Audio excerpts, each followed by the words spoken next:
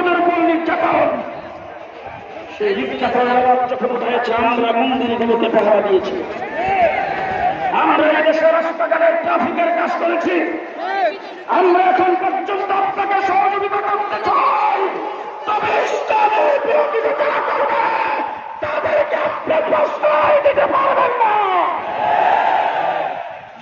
নতুবা আপনাকে জানাই দিতে চাই, যদি আপনি ইসলাম বিরোধী কোনো গুরুত্বে প্রশ্রয় দেন, বাংলাদেশ ইসলামের বিরুদ্ধে তিনি আইন কোন সংস্কারকে চাপাই দিতে চান,